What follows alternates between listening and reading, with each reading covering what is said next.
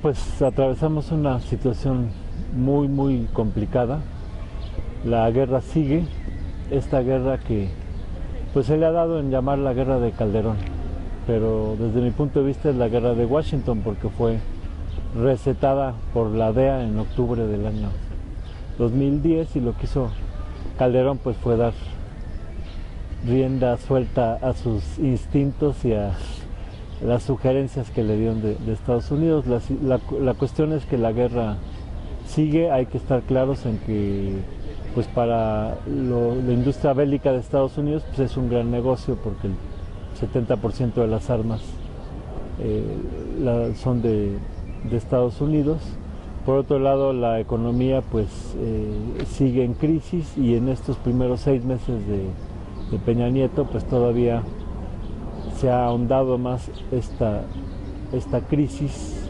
Este gobierno no ha dado ningún resultado en ningún aspecto. Ahora Peña Nieto ha anunciado que espera una inversión extranjera por 40,000 millones de dólares y eso es para que se le pongan uno los pelos de punta, porque quiere decir pues que va a seguir rematando el país. Los diputados aprobaron ya una reforma al artículo 27 por la cual es posible la venta de playas y de la franja fronteriza mexicana, cosa que es inaceptable y anticonstitucional, pero los diputados han cambiado la Constitución, ahora está en manos del Senado, hay una gran oposición a esta medida. Peña Nieto, después de una brutal represión el 1 de diciembre, al día siguiente, el 2 de diciembre, apoyado por el PAN y el PRD, da a conocer su pacto por México, que yo le llamo pacto anti-México. Y bueno, en este pacto lo que pretende es crear grandes oportunidades para las corporaciones extranjeras, con una serie de reformas que ya comenzó, por ejemplo, la reforma educativa, que es todas anticonstitucionales. En la reforma educativa lo que pretende es que los padres de familia pagan por el mantenimiento. Hay una fórmula que emplean que le llaman autonomía de gestión, por medio del cual pues las cuotas que ya son tradicionales ahora van a ser mayores y obligatorias, bajo la idea de que los padres tienen que responsabilizarse de la autonomía de las escuelas. Y esto viola la Constitución porque en el artículo 3 muy claramente señala que toda la educación que imparta el Estado será gratuita. Además, pretenden con estas pruebas que le quieren hacer a los maestros de evaluación, pues despedir a cientos de miles de maestros, quieren desmantelar el movimiento magisterial democrático. Entonces esta reforma educativa es totalmente en contra de los intereses del pueblo y del magisterio. Han aprobado una reforma en telecomunicaciones que en lugar de abrir las puertas para que haya acceso a los medios por parte de las comunidades culturales, universitarias, artísticas y las poblaciones, los campesinos, cooperativas, etcétera, en lugar de eso pues todo va en beneficio de los grandes monopolios. Le permiten a Slim pues intervenir en televisión y a Azcárraga y Salinas en telefonía, es decir, es una ley que les abre las puertas a los monopolios. Lo más grave es que permiten 100% de inversión extranjera en telecomunicaciones y esto pues es un gran peligro. El día de mañana pues las grandes corporaciones norteamericanas y otros países van a estar en el mercado de las telecomunicaciones en México. ¿Qué les dirías a los que dicen que tu concepto es viejo, anticuado, de un soberanismo, de un nacionalismo ya anacrónico, en un mundo interconectado, global, donde se supone que la modernización nos tiene que llevar a beneficios, ¿no? Y que hay gente que se opone a esa modernización y que lo que tú dices se opone a esa modernización? Bueno, lo central es que el pueblo en una nación pues tenga bienestar. Creo que todo gobierno lo que debe buscar es el bienestar de la población y un desarrollo centrado en el ser humano. Con todas las riquezas que hay en México, México es un país, ha sido primer lugar en plata, tiene oro, litio, es un país que tiene 36 millones de hectáreas agrícolas disponibles, solamente se explotan 18. Es un país, solamente se irrigan 5, un país con 11,000 kilómetros de litorales, con bosques, selvas, humedales. México es un país que tiene toda la capacidad para generar riqueza y bienestar, aprovechando sus recursos en beneficio de su población. Y sin embargo, lo que estamos viendo es todo lo contrario. Unas cuantas corporaciones, la mayoría extranjeras, son las que se están beneficiando con estas riquezas. Por ejemplo, hablando de la minería, tan solo en los gobiernos de Fox y Calderón, las empresas mineras, la mayoría extranjeras, han extraído más plata y oro que lo que se llevaron los invasores españoles durante toda la colonia. Entonces, es muy importante que haya este desarrollo, pero para la población en general y no para unas cuantas grandes corporaciones. Y lo que están haciendo en este pacto, que yo le llamo Anti-México, pues es entregarle a las grandes corporaciones todas las riquezas y las facilidades. Por ejemplo, se hace una reforma financiera, una reforma bancaria, en la que nos anuncian que pues van a haber más créditos para los negocios pequeños y medianos, pero en realidad si estudiamos las disposiciones que toman, más bien la tirada es hacer mucho más fácil el embargo y quitarle sus bienes a los deudores que no han cumplido, para que las grandes corporaciones financieras pues puedan despojar a miles de pequeños propietarios. Y bueno, lo más grave es que se anuncia una reforma energética en la que pretenden que el negocio del petróleo se abra a compañías extranjeras, cosa que prohíbe la Constitución. En el artículo 27 y 28 claramente explicitan que no puede haber ni contratos ni concesiones a empresas privadas. ¿Por qué? Porque los energéticos son estratégicos. El petróleo es estratégico y debe ser monopolio de la nación. Hay cuestiones que tú no puedes soltar, por ejemplo, las llaves de tu casa, pues no vas a sacar copias y andarlas repartiendo. O sea, hay cuestiones que tú tienes que controlar, o las llaves del coche. El control de los energéticos por parte de la nación es fundamental, por eso la Constitución lo determina así.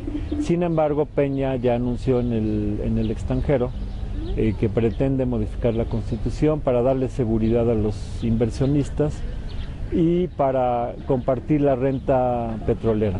El pretexto es de que México no tiene dinero, no hay capitales, se necesitan capitales externos. Esto es absolutamente falso. Tan solo en el año pasado se guardaron en las reservas más de 20,000 millones de dólares. Las reservas el año pasado eran de 144,000 millones de dólares, ahora son de 166,000 millones de dólares. O sea, son 22,000 millones de dólares que fueron a guardar a las reservas. Como todos sabemos, ya ahí no las pueden tocar y pues benefician la estabilidad del dólar, pero no benefician a México. Pero dicen que no hay dinero. El año pasado le dieron al Fondo Monetario Internacional en el mes de abril 14,400 millones de dólares y al Banco Interamericano de Desarrollo 4,400 millones de dólares, que para ayudar al rescate de Europa. Luego en junio le dieron otros 10,000 millones de dólares al Fondo Monetario Internacional, el gobierno de Calderón, con aprobación del Congreso, pero dicen que no hay dinero.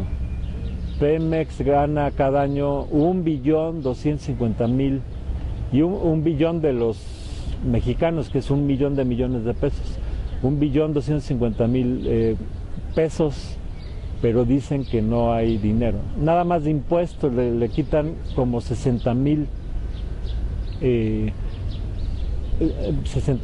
millones de dólares al año a Pemex, pero dicen que no hay dinero. Entonces, es absurdo decir que no hay dinero. Evaden, por ejemplo, los empresarios, esto lo dijo Carstens en el 2008 y Calderón. Ese año dijeron que habían evadido los empresarios 800,000 millones de pesos. Y de devolución de impuestos, en el 2010 devolvieron más de 1 billón de pesos a los empresarios, pero dicen que no hay dinero. Es más, Calderón dedicó 10,000 millones de dólares para la construcción de una refinería en Tula en el 2008, y es el tiempo en que ni siquiera han terminado la barda perimetral y no han empezado las obras de la refinería. Oye, Pablo, ¿dónde quedó el nacionalismo mexicano sano? ¿Dónde quedó la izquierda mexicana? ¿Dónde quedó ese México? Bueno, actualmente, desde luego los gobernantes están al servicio del extranjero, exactamente como estuvieron López de Santana o Porfirio Díaz o los virreyes españoles en su momento. Creo que estamos viviendo un neocolonialismo, y el gobierno del PRIAN, este bipartidismo en el que pues se turnan el poder pero siguen la misma línea que les dicta el gran capital, están al servicio del extranjero. El sistema de partidos pues también ha sido diseñado con este fin, y en el momento lo que está surgiendo es otra organización, Morena, el Movimiento de Regeneración Nacional, que por ejemplo es la única que se opone al pacto anti-México, es la única que se ha movilizado y está llamando una gran movilización el 8 de septiembre en el Zócalo en contra de la privatización del petróleo. Y bueno, esta organización pues está ya realizando asambleas en cada uno de los 2.500 municipios del país para formar un partido político que busca el rescate de nuestra soberanía.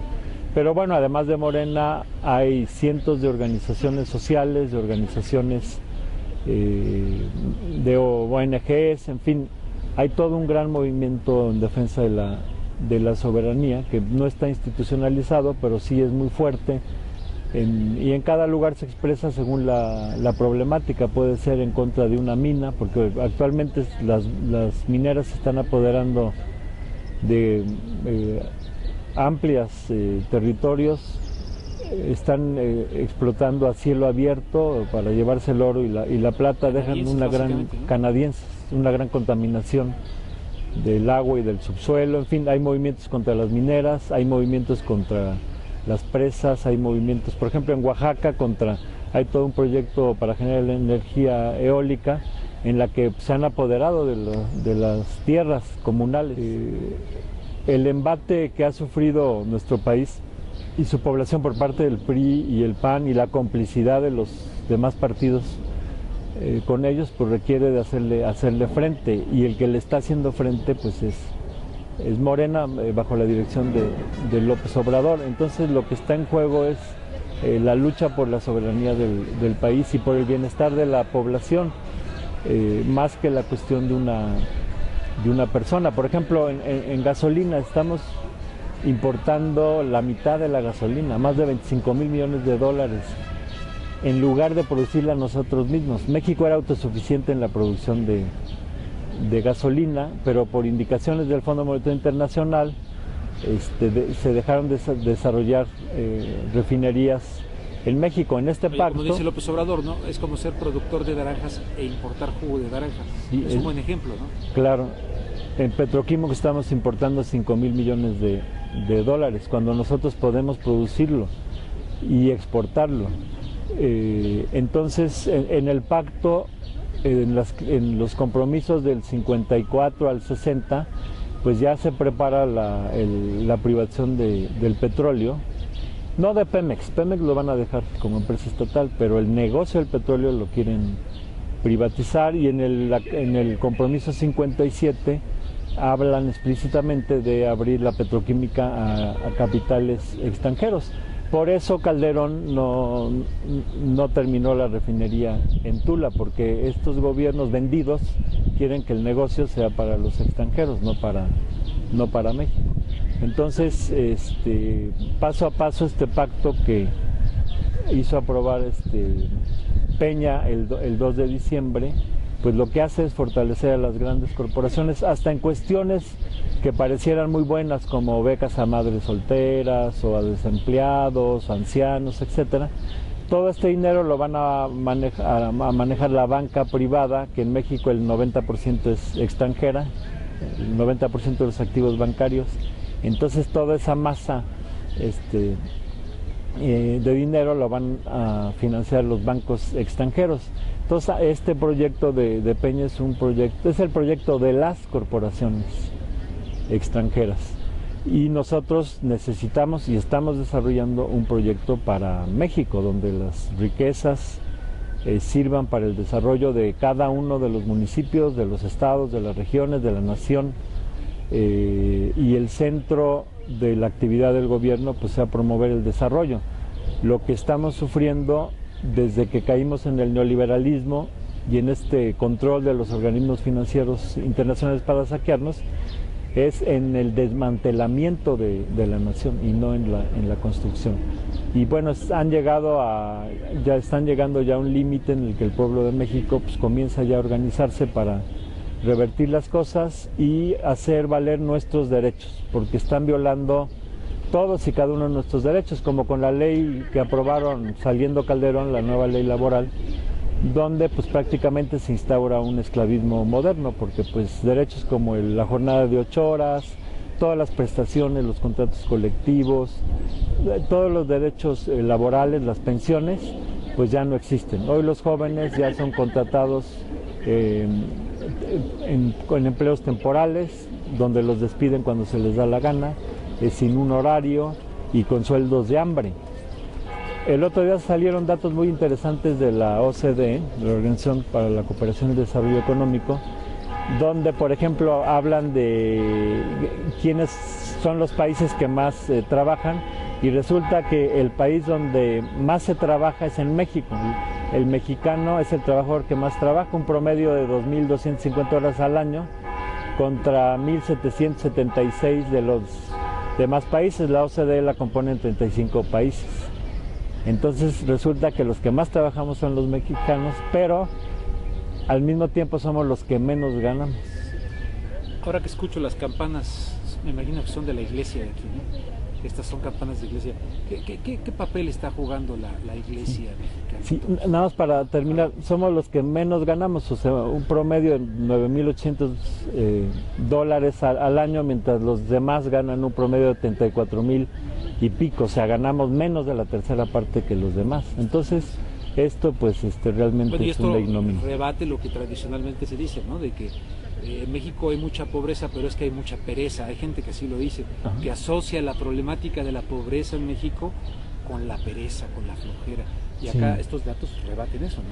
Sí, también salió un estudio en el 2011 de la misma OCDE de los 3 pueblos más trabajadores del mundo, y resulta que son los japoneses, los coreanos y los mexicanos. Entonces eso de que el mexicano no trabaja, pues es un invento, ¿no? Sí me decías de... Bueno, no, a propósito, nada más que escuché las campanas de la iglesia, dije, bueno, me pareció así como para el papel de nuestra jerarquía, pues la iglesia, claro, que ha jugado un papel histórico siempre para un lado o para otro, ¿no? Sí. Bueno, nada más aclaro que esas campanadas eran un llamado a la independencia. Yo creo que el espíritu de Hidalgo fue el que tocó esas campanas. Pero sí, la iglesia, bueno, como siempre, la iglesia está dividida en el alto clero, que a nivel cupular pues siempre está sosteniendo al sistema y ha avalado los fraudes electorales, y tanto en el 2006, 2012, en el 88, y pues ha sido cómplice, ¿no? La alta cúpula eclesiástica, mientras que a nivel de base, sacerdotes ligados al pueblo, pues también hay movimientos y en lo individual sacerdotes muy comprometidos con las luchas. Donde quiera que haya una lucha popular es común ver a un sacerdote involucrado. Entonces creo que pues depende del... ¿Qué tanta conciencia ves en el pueblo mexicano de este diagnóstico, de esto que nos cuentas, de la pregunta ¿cómo está México? ¿Qué tan consciente está el pueblo mexicano de cómo está México? Yo creo que el pueblo mexicano está muy golpeado, muy noqueado, muy aturdido, y más con el papel que están jugando los medios, yo le llamo medios de desinformación. Entonces realmente hay una situación de depresión, de desánimo, digamos en las grandes mayorías, pero hay una minoría consciente, cada vez más consciente, y que crece y se consolida, que tiene claro pues un proyecto alternativo de nación. y dado que la situación está llegando a un límite, me parece que estos afanes organizativos y esta labor por concientizar a la población de esa minoría pues van a prosperar y van a tener mucho éxito. De momento la situación pues es muy negativa, todo va en retroceso, la violencia, lejos de lo que tratan de aparentar, de que ya cambió, al cambiar el gobierno y al irse Calderón, pues ya la situación de la violencia ha minorado, pues desgraciadamente no es cierto, la situación sigue escalando, ¿no? Entonces sí hay una situación muy difícil para el pueblo de México. Estamos en una época muy oscura y pues hay que hacer mucho trabajo para levantarnos, ¿no? ¿Tienes alguna opinión sobre esta reforma migratoria que se está planteando en el Congreso norteamericano? Pues creo que el proyecto actual es el proyecto del neocolonialismo, o sea, quieren que México sea una colonia donde las riquezas sean para estas corporaciones extranjeras y el trabajo pues instaurar un neoesclavismo.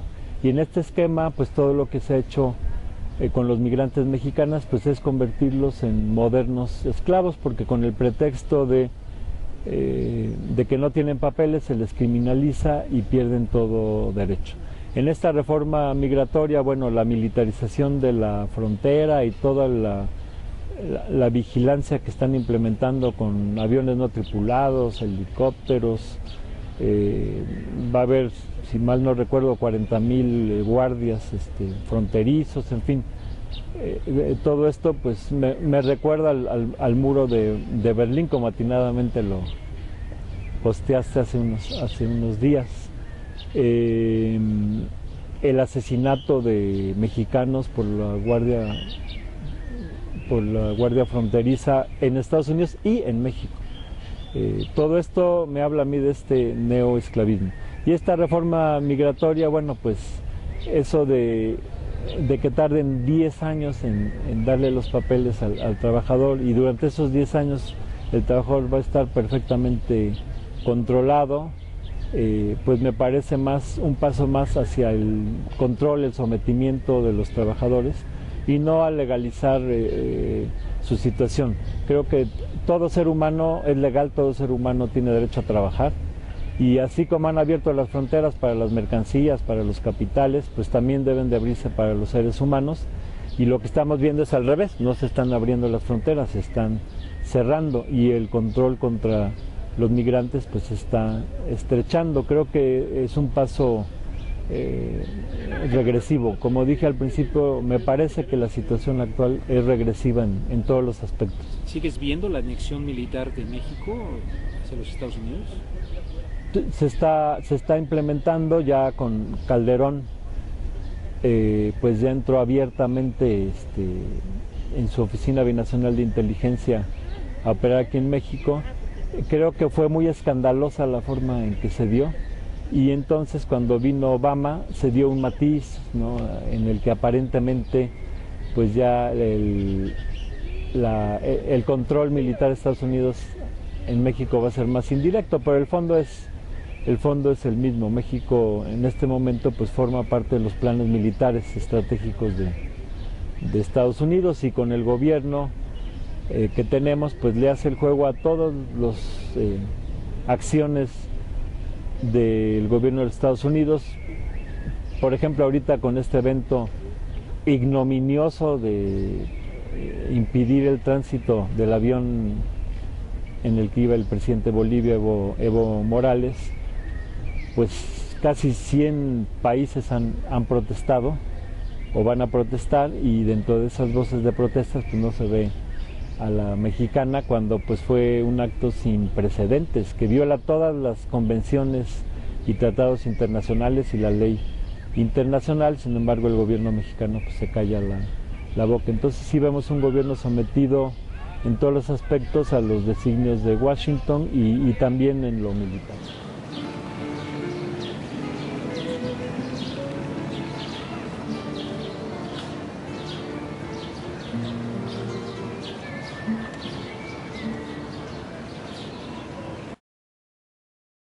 Yo sí recuerdo 70 años de amargura. Yo sí recuerdo tu partido y a su casi dictadura. Jamás olvido la represión a nombre de la paz. Tampoco aquel octubre ni el asesino Díaz Ordaz. Yo sí recuerdo la guerra sucia que sigue vigente, desapareciendo a todo el que pensara diferente. Me acuerdo de Salinas y la devaluación. Yo sí recuerdo su sexenio por imposición.